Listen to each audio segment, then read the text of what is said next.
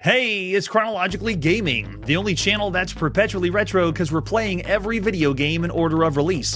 What were you doing at the beginning of December 1982?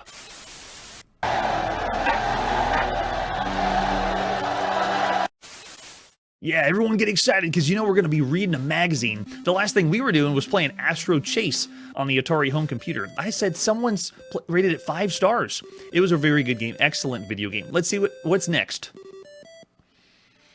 Coming up next, we knew this was coming. The holiday season is upon us. This is December 1982. We're going to be reading and checking out Atari Connection, the winter issue. Let's see what it's like.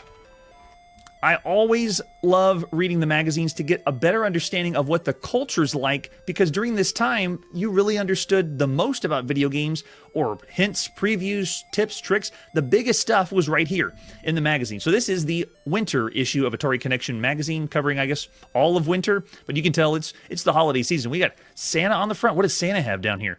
Oh, look, it's all games on the Atari home computer, because Atari Connection was really for the Atari 400, Atari 800 enthusiasts. I don't think we're going to see anything about the future until next year, whenever they start beefing up more memory and more models. So you can see this is Volume 2, Number 4, How to Introduce Your Child to a Home Computer. Yeah, I'd love to know. How would you? Because at this point, home computers are still kind of niche. I know we've moved from kit computers to actual full-blown systems, but it's still not extremely popular as far as the mainstream goes. All right, so you can see we got hottest new games, easy to enter programs, and then word processing. Yeah, right. All right, let's crack open Atari Connection and see what's going on. And then over on the left side, we've actually seen this ad before. This is the ad by Atari Program Exchange, showing all of these. Look, they all even all say cassette. I think most of them we played have been on disc too, but yeah, lots of games. They have a few titles right there. Look at that. Oh, right there that we've seen. Everything up to this point, the only ones we haven't covered are the educational titles, but big fan of this program. It really helped this computer and Atari survive, in one way, survive the impending doom of the video game crash for consoles. And here we go. We got the holiday gifts for the entire family. Oh, it's this back page. So that's one I really want to see. What they say is the hottest, coolest things in December 1982 that you'd be buying for the holiday season. Let's go. This is going to be nothing but good. So I'll just show you a little bit more of the table of contents, but we're going to go through the whole magazine, not reading everything, but getting more acquainted to what the era's like. All right, so this is great. The editorial usually has something interesting. You can see it says Winter 82, 83. What do I use my computer for? What do you mean what do you use your computer for? You got to be using it. Well, we use it for games, but I think that's pretty funny. And they start bringing up in this article about HAL, the computer from 2001, A Space Odyssey. And they said, my friend thinks I have a little HAL sitting in my living room. my 7-year-old daughter has never seen 2001, A Space Odyssey, but she thinks of our computer as her friend. And that girl went on to develop some of the games by Assassin's Creed or something like that. That's pretty funny. Nice. All right, so let's keep flipping on. We won't read everything the editor has to say. And then these are the kind of things when we do check out a magazine in its entirety on Chronologically Gaming, we skip by all this stuff pretty fast. Word processing applications, that's where we are not going. We're not doing any of that. Sorry, none of those. And then we got special feature right here. This is this is still a part of the editorial. Hanging at home and what it's like to have a computer, and why. Why should you have a computer right now in December 1982? And that's kind of what Atari Connection is doing. They're trying to sell more Atari computers. They're doing a pretty good job. Oh, that's true. Manly brings up about the word processing, and I'm not shaming applications. I'm just saying for a show called Chronologically Gaming, we're not covering applications. But yes, word processing compared to typewriting is world-changing. And so, yes, Scholastic. Yeah, that's another thing, too, is if it's educational, we do cover educational video games. To cover every single educational game is kind of like type-in games. There's just tons of them. All right, here we go. This is gifts for everyone on your Atari list. That's what I wanted under the tree. I wanted gifts that were wrapped in the shape of video game boxes. That's the best. Oh, there's fruitcake there. No, get rid of that. We don't need that. All right, so here we go. This is great.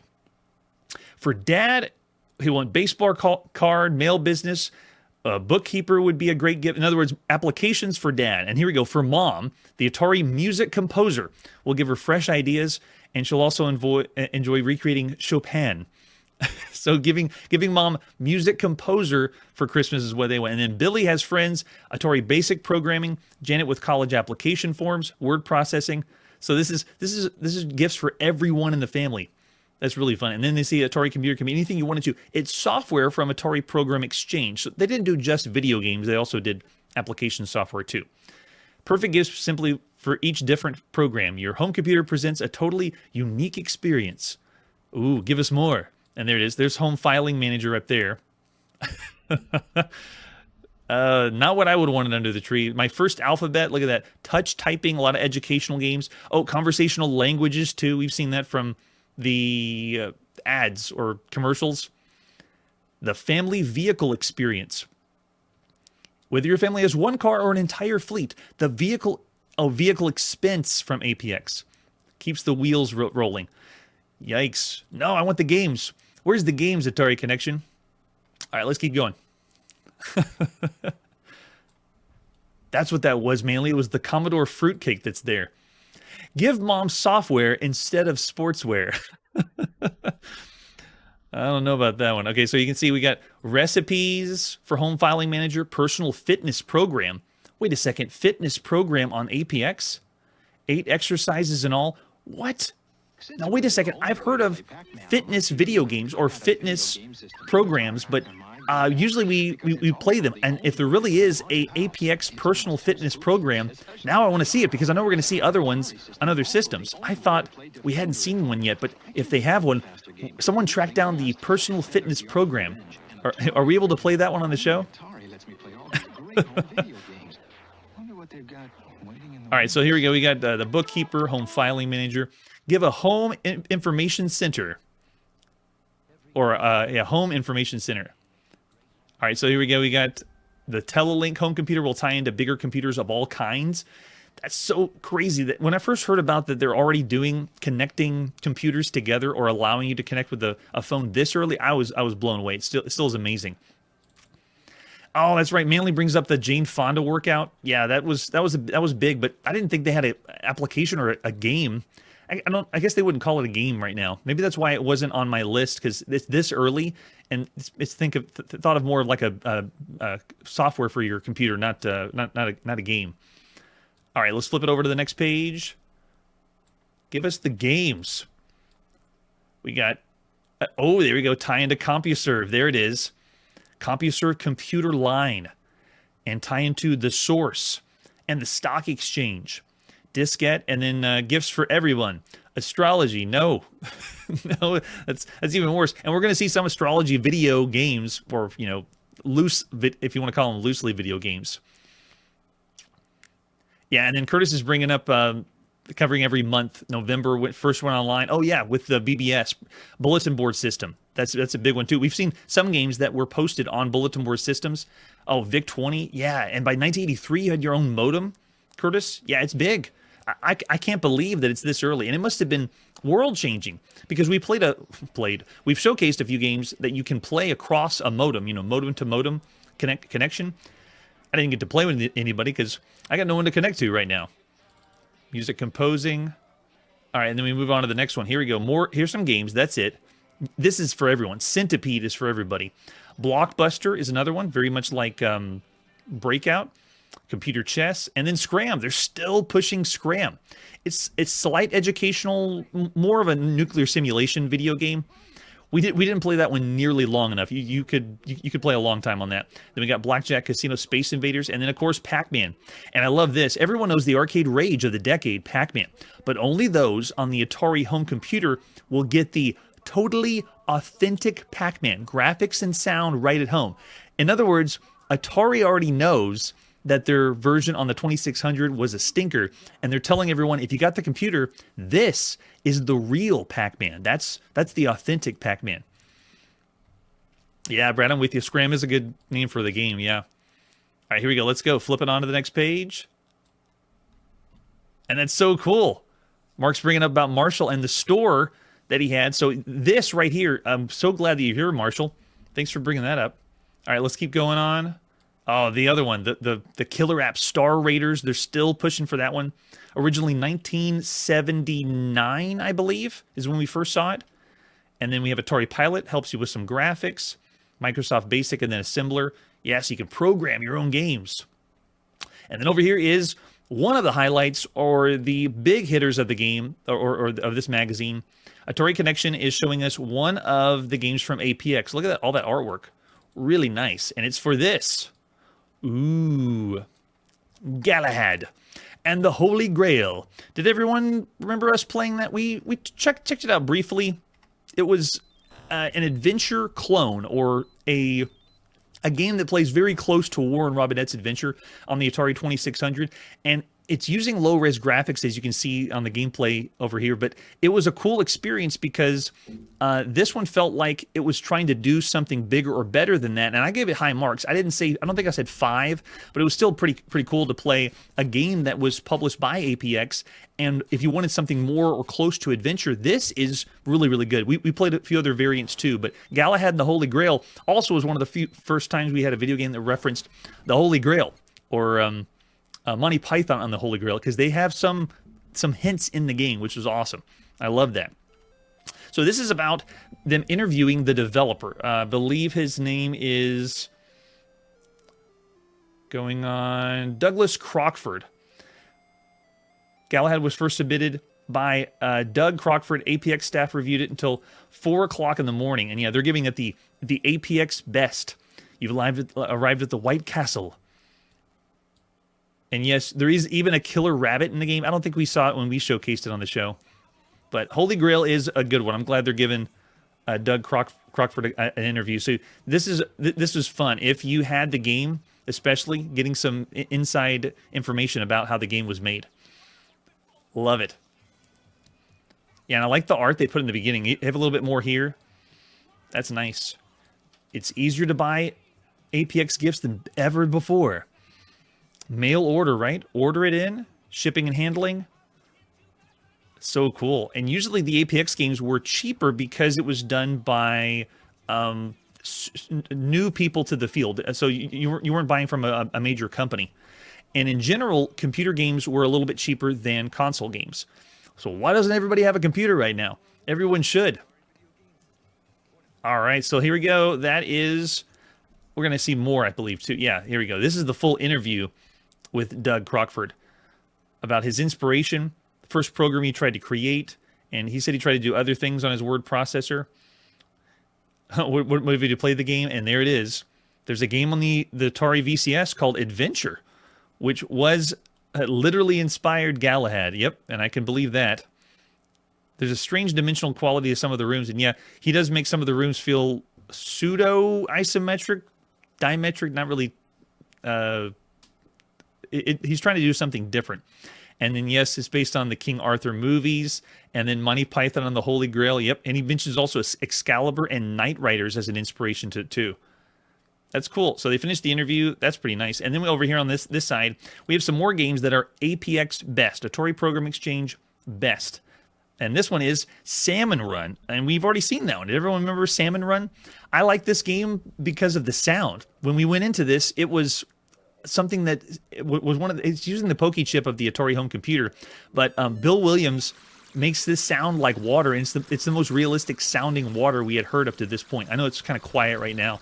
Let me know if I need to raise the volume a little bit more on that. But yeah, all it is you're playing a fish, and I really enjoy games like this because it's putting you in places that you haven't been before. Here on the show, since we play everything, if we get a game that's doing something new or different, it's not just another shooter, Space Invaders kind of game. This is one of those games, and that's why I enjoyed Salmon Run. It also had a little bit of polish or quality compared to this time. It is you as a salmon. You actually play as a salmon. There's not even shooting. Just trying to get yourself upstream. 1 to 4 players. Oh, that's right. It was 1 to 4 players, but it's arcade hot seat style. All right, let's keep flipping on. We got how to order Atari Connection. Got it. And then more. Oh, the other one, yes. This one's big. So this is Chris Crawford's Eastern Front 1941. And I've raved about it. When I first saw it, I was blown away. And then magazines keep talking about it. No one has stopped talking about Eastern Front. And there's been a few games that try this. It's just because of how good the interface is. For strategy games, it's top tier still right now in December 1982. Oh, Manly's asking about water. For video games with water, that might be, Salmon Run might be the best video game with water effects. There is some that we saw on the Atari 2600, like by Activision, where the background water looked pretty good. But at this point, there's not a whole lot people are doing with water, because majority of the games aren't combining multiple colors or having animation for it. I'm trying to think of one that had a lot of animation for water. Oh, maybe the game we played called the... also in the Atari home computer, it was the racing game, Micro Sailing, where you're racing sailing boats. That one might be another really good one too. Oh, and Charlie brings up Swimmer. That's right, Swimmer in the arcade. We have seen that one. So yeah, maybe Swimmer would be a good one too. So Eastern Front's a really good game, even to pick up and play now. When I play a video game and I'm in the mindset of we're playing these games, around December 1982, I'm kind of expecting the way games interact or how you're supposed to interact with the game. But when a game comes out like Eastern Front, you think, wait a second, this is way beyond its time. And then we got first place winners. Who got the first place? I think you get $2,000. Yeah, there you go. Typo Attack. That's one we saw. And sadly, we saw Typo Attack with some other typing games. I would have given them the nod. It is better at an arcade style game. And then we have Basic Software, Real Estate Cash Flow. Whoa, so this is... APX also has winners not just for video games. Who knew? All right, let's keep going. Flip to the next page. We also have Warzone, and we have played this one. This is what I affectionately like to call a dual shooter. You and a shooter one-on-one, and this is one where you are firing against another opponent, kind of like a fixed shooter, moving left and right and firing, but they're on the other side of the screen. So Warzone, we haven't seen that for a while, but I'm glad that one won something, or it's at least on this list. And then we have the numerical keypad. Ooh, look. Hardware that this is the only place you'll see it on Chronologically Gaming. Some people have asked me about hardware. Am I going to showcase different controllers or inputs for systems? I'm going to mention them if the manual or boxes mention them, but for the most part, we're primarily focused on software. How much video game software can we get through and see or showcase? All right, so here we go. This is the new games from Atari. Tell us what's new. Ooh, and Galaxian, which we've just seen. We got the first look at Galaxian on the Atari home computer. Defender, we have not seen yet on the Atari home computer. That's coming up really close. And then Kicks is also coming up. So we're going to be seeing those two, I think, within the next few episodes. They're coming up close. And there's a little preview of Defender down there at the bottom. Yeah, we've already seen Defender on the Atari 2600. Kicks, though, that would be the first time. No, we've seen games like Kicks at home. I think the only one I can think of is the one on the Sword M5. But official Kicks, no, this would be the first one. All right, let's keep going. Yeah, and there it is, Galaxian. Oh, and there's screenshots of Kicks. Looks pretty good. Oh, yeah, I'm really excited to check that one out. In the arcade, it has a top spot. And now we move on to the games that we probably will never see on the show except right here. And this is educational games. Look, it's Juggles Rainbow and Juggles House for preschoolers. Not going to see it except this screenshot right there. We do see educational games, and if someone tells me, why didn't you cover the Juggles games, then I might put them in. But if it doesn't get enough love, then we'll press forward and we'll be okay without seeing Juggles. All right, and then we have more focus on kids, and oh my gosh, that Pac-Man looks like it's eating that girl. It looks like children's nightmares. Look at the kid behind the little girl. He looks terrified. He's not going to sleep well after this experience. Those are the most frightening Pac-Man and the ghosts I've ever seen. Oh man. Oh, and Paul says, how come they're called fixed shooters or so many are broken? Ah, they're fixed in place, but not many of them are fixed. They need to be fixed. All right, let's keep going on to the next page. And this is the other thing that Atari Connection does. It puts some code in the game, and the kids get to go through the code and find the bug. And if you find the bug, you might win prizes. Hey, look, artwork from Centipede. So in the bottom left, this artwork, I was surprised when we played Centipede on the Atari home computer. It's totally different than the artwork on the Atari 2600 and the artwork in the arcade. They did their own thing. And I think maybe that's one of the reasons why Atari home computer survived and did well during the crash in North America, is because they wanted to separate themselves from the rest of the company. We're not doing it like all you guys. We're going to do something different. All that from an image of Centipede. And then here's Santa trying to figure out the bug. I'll leave it here if you want to try to find the bug. Yeah, and if you do, what does it say? If you find the bug and fix Santa's list, you can send the corrected program to Atari Connection along with a short story about yourself. And wow, there is video games that we play that are type-in games, and I credit the developer because some of them are their very first time ever making or getting a game in a magazine. And it's kind of a big deal because there are some that start off in magazines, type in, and then they go on to do really great games, be an impressive developer. And that's how APX picked up some of them. And Brad says he sees it already. Well, put it in now, Atari Connection. All right, let's keep going to the next one. We have a program puzzle too. That's the font and the scan for this doesn't really make that fit so well. And we got more of Santa and reindeer. And then look over here on the right side. What in the world? That's not Close Encounters of the Third Kind. That's E.T. Coming soon to your Atari home computer is E.T. Phone Home. You've probably seen the ad for the Atari 2600 video computer game. Now, at this point, this is like right on the cusp of when E.T. was released. We kind of broke the rules because we had Howard Scott Warshaw on the show, and we played back-to-back Indiana Jones and then E.T. And technically, E.T. comes out sometime around December. And so when this magazine came out, this was published, for December in November, before the winter season. And I wonder if this is before E.T. was out, or like they don't know that it's a flop yet because now they're excited to have E.T. Now, Brad says he likes the Atari computer E.T. I've never heard of the Atari computer. So when we see the Atari computer E.T., it'll be a first experience. All I've heard about is the Atari, and I only played the Atari 2600 version. So this one, I thought this was a myth. We even played a commercial for them advertising, hey, we're going to have E.T. soon on the Atari home computer. And I was like, yeah, that never happened. But apparently it did. There was E.T., or we're going to see it on Chronologically Gaming. If it's different, then I'm really excited for that one. That's pretty cool. And there you go. Let's keep going. Looking forward to E.T. We have some lobby letters over here, and then interconnections.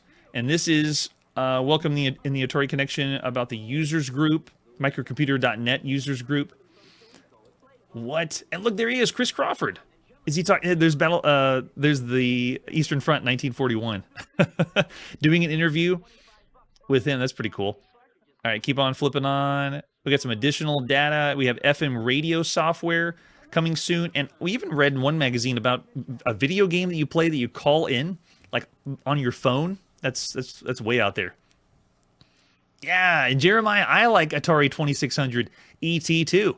After everything we played up to this point, we have played the worst of the worst, and ET is definitely not the worst of the worst. Yeah, and it could have been a much better game if they had more time. If you haven't already, check out the episode that we've done where we had on our special guest, Howard Scott Warshaw. Really glad we were able to get him on the show. All right, and then here we go. How to introduce your child to a home computer. Whoa, they got those kids are having a blast. At least at the nursery school. You need to show your child how to handle a diskette. Oh, gosh. I can imagine trying to show a kid how to use a computer right now. Have you ever used an Apple II, the original Apple II? It is very finicky. I guess the Atari is a little different because it has cartridges that we'd be able to play. All right, let's keep flipping on. Yeah, learning more. You can get more Atari Connection stuff. And then here we go, the new software in the United Kingdom. And that's true. We've seen a few publishers and games from the United Kingdom on the Atari home computer. Thorn EMI Video is the first one that comes to mind. We are all over the world. And then over on the right is home banking. We'll skip by that one. Yeah, Mark, that's so cool that we're covering 1982. And someone here on the chat is someone that you would have, or the shop is where you would have been at around this time, or maybe a little bit later than this. All right, how to read a computer program, lesson in programming plus how to compare home heating costs. They weren't that bad. And I'm not going to go through everything that it has right there. And we got computer classroom over here.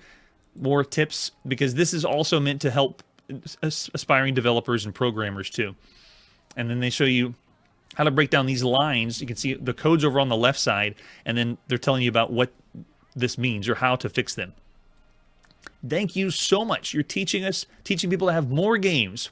And here you go, Atari service for Atari home computers. If you got problems, then you can let Atari know and they'll help you out. And Jeremiah's bringing up the ET on the Atari 400 and 800. I didn't even know it was a thing, so I will get to experience and check out that ET whenever we see it on the show. Oh, and here we go, just for fun, they got some computer Christmas carols. The Atari home computer right now has one of the best sound cards or the chip on its system. The only other ones I can think of off the top of my head would be like the Texas Instruments TI-994A has a good sound, and the Sword M5, but they're using almost the same similar architecture. So this is allowing you to program in Christmas carols. And did they tell you, or do you get surprised when you... there's Deck the Halls, Jingle Bells. Whoa, that's pretty cool. So here it is, all for your type-in joy. If you want to type in Deck the Halls, Jingle Bells, Jolly Old St. Nicholas. And then we have some photos from fans. Look at their room, home computer photos of the Atari, and yikes, 2 disk drives. Expensive. That's pretty good. And then down here, oh, nice. Atari 400 with that television. Oh, I love it. I used to have that TV rack. That TV rack right there, the one on the wheels, that looks really close to the one I used to have. That brings back memories. Haven't seen that in a long time. That was probably whenever I was in 1st grade. That's a long time ago. And then we have more. Oh, we have a bird. I don't care about the bird. There we go. That's a really nice desk with someone's system. The Hannapet Cockatoo Parrot above most of the popular place in the house that has all that stuff. That's a great desk. And then they have the Atari program contest. Write a program that highlights the 1984 Olympics. Check that out. And there's all the summer games. You can demonstrate sports, baseball, tennis. Start thinking about strategy or instructional games along these lines. That's pretty fun. And then Brad says, we all had that TV. Everyone, show of hands, did everyone have that TV card? It wouldn't surprise me. And then we got a bonus book program here. And then more ways to type it. And then ways to play around with Pilot, which is using even more color on your Atari home computer. And then we have some book reviews that we'll breeze by. We've actually seen our fair of books, because if books have type-in video games, then we've played a few of those too. Keep flipping on. That's not really real pages. And then there it is. More gifts for the entire family. Atari, Centipede, T-shirts. Oh, look, it's the swag. Oh, I want that Caverns of Mars one. That's a good one. I think I like that one even more. The Caverns of Mars one is awesome. And that's a really good game right now. And over here they tripled the memory.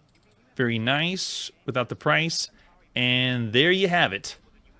That is the winter issue of Atari Connection magazine. What the holiday season is like, or what we're going to be having. That's very, very exciting. All right, so that's where we got to put our video game reading on pause. But we're not done quite yet. Stay tuned at the very end, because I have a special treat for everyone that enjoyed the backlog video games. We can check out just a few games to get a taste of them. But next time on Chronologically Gaming, Aztec Challenge gets ported to the VIC-20, chasing video game greatness in the Baja. And we are the Convict, playing the newest arcade game from France. That's it for today, and like I always say, the best way to introduce your child to a home computer is buy one and put it in front of them. Hey everybody, thanks for checking out the channel and joining me on my quest to play every single video game in order of release. We'll be streaming live every weekday at 9 p.m. Central, so join us and let us know if we missed any games along the way. This video would not be possible without Launchbox, RetroArch, and MAME. Tell all your friends. Alright, just kidding, and we're doing a little hidden track, something a little different, because I just figured out how we can play these games rather than saying they are broken.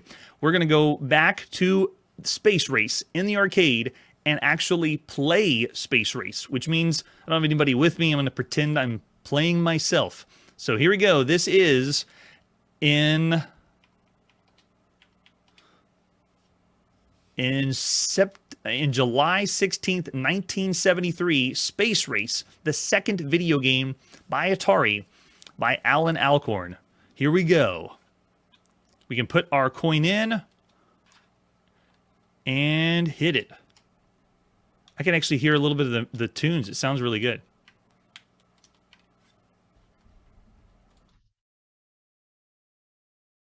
Oh, is it not working now? It's not responding. It was just fine on my first playthrough, but now it's just dead. Yeah, I know, we're doing a very deep cut going this far back. Huh, I wonder why it's not responding to my Alright, we'll try it again then.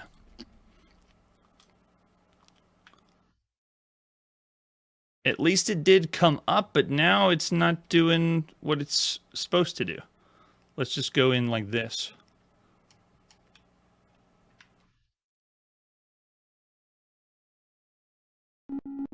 There it is. Awesome. Now we're in. So this one allows you to move forward and backward as your rocket. So we now can actually play, and I didn't know this, that as you get higher and higher up, the sound changes. It actually is raising the pitch a little bit, but you can move forward and backward, and you're meant to dodge all of the star fields getting to the top of the screen. And I'm going to win every time because there's no one I'm playing against. You have to have someone else to play against you. So if you use this, the second side, you put enough money in, then you can play with both at the... But if you touch one, you just get blinked out of existence. And you're meant to rack up as many points as possible to get to the top. Very, very simple, but as Atari's second game, I've never been able to play it myself. I actually wouldn't classify this as a racing game because it's more of an arcade-style game in the sense that we're dodging obstacles rather than trying to get to a destination or race to the end. This feels just like a classic arcade game. Simple concept, and we're going to see a lot of games that copy this and variants of this, including one from Japan that we already covered on the backlog. And Marshall's saying it sounds kind of like a theremin. It does. That's a good point. It really does. But on one coin, I'm doing pretty good. At least going really far. I've already seen the footage of this game. I can figure it out. Most of the games at this time, you can look at it and know what's going on. This is the same era right after Pong was released, before we get hit with that onslaught of all those other games. So now, finally, after going to the arcade and playing Space Race, now we can rate Space Race. So everyone remember, it's the second video game by Atari, and it's 1973. Of all the games you could play right now, this one's okay. We changed the rating to Pong for 5 stars, but Mark's already calling it 5 stars. I mean, there's really not a lot to compare. This is a completely original idea because there's no other video game that is doing what we're seeing right now. Charlie's throwing out 4 stars. I actually think of the same. I would give this one 4 stars for all the games you could play right now. You don't get anything. Paul's saying 3.5. Yeah, so I'll say 4 for Space Race after finally getting to play it. But that's not all. We also checked out this one in the arcade, Pong Doubles, a 4-player Pong game. I am here all by myself, so watch what happens. This is, again, Alan Alcorn, and it is September 15th, 1973. Ooh, yeah, it starts exactly like Pong. It looks exactly like Pong. All right, now we go in, and this one I actually want to put in, if you only put one 25-cent in, you can see we only have 2 paddles going at the same time. Oh, if I can even just come at me. There we go. And I'm having to play both at the same time. But if I want to complicate it even more, you put in another 25 cents, and check it out. It puts 4 paddles in. So this is you playing with 4 people simultaneously. It's 4-player simultaneous Pong. I mentioned on the backlog that we saw another game that allowed you to play 4 people at the same time. But I really wanted to give this one the credit, or Atari the credit, for having the first 4-player video game or team video game. This is the one. I want to credit this one. Even though we did see something a little bit earlier than that. But yeah, it's Pong. We're able to play 4-player Pong, and the world was forever changed after that. Yeah, and Mark's bringing up 4-player Space Race. Yeah, we need that too, right? There you go, Pong doubles. Finally got a chance to play it myself. You're not going to have as much enjoyment, though, unless you have 4 people to play it with. I am here by myself, but I would still rate this as 4 people. Now, we rated Pong 5 stars. If I was to go back all the way into 1973, I wouldn't want to rate this the same as Pong. Pong is still monumental. I might say Pong doubles as like 4.5 stars. Maybe Jeremiah's throwing out 4 stars. Oh, and there we go. Yep, Manly's saying 5. I don't know if I can go 5 for Pong doubles. Curtis is saying 4 stars. But again, how many people in the chat were here in 1973 to play the games? Because I think this is the demographic that's even further past where we are now, unless we have anybody that's 60 or 70 on the chat right now. So it's still up there. Pong doubles is very, very good. Yeah, so since we can actually play it, yeah, I'm actually looking over the chat to help me out. I see some 4s, 3.5s. I'll say 4 stars. Excellent. For all the games you could play right now in 1973. Oh, yeah, and yes, Marcel's saying 5. I think we have every rating except 4. And one said 4.5, right? All over the place. And we got one more. The one I've really been wanting to play. It's Gotcha. Let's check out a little bit of Gotcha. Finally getting to play it or simulate it. Again, Alan Alcorn. It's October 11th, 1973. Another one by Atari. All right, so this one is a 2-player only game. If I put a coin in and reset, it resets like that. I have one, I want to call it joysticks because this originally had like the boob controllers the first time. And then they ended up changing it to actual joysticks. They didn't look like pink bubbles. I'll call them pink bubbles from now on, but you have one that controls the cross, one that controls the dot, and this is essentially the very first top-down arcade maze game, where you're just trying to chase the other person. That's it. You just, once you catch up to them, then that's it. You catch them, oh, uh-oh. And then you go to the other side. I think it's the cross chasing the dot. And the advertisement for this is just terrible. It's like a guy chasing a girl, which I'm sure they did a lot in the arcade, maybe, but why would you encourage that with a video game?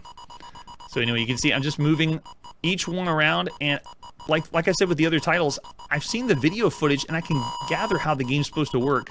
It is straight up chase, and we're going to see video games that expand upon this concept, chasing something else or someone else. They've done it with cat and mouse. The only other game that comes even close to this is Cat and Mouse that we saw on the Magnavox Odyssey.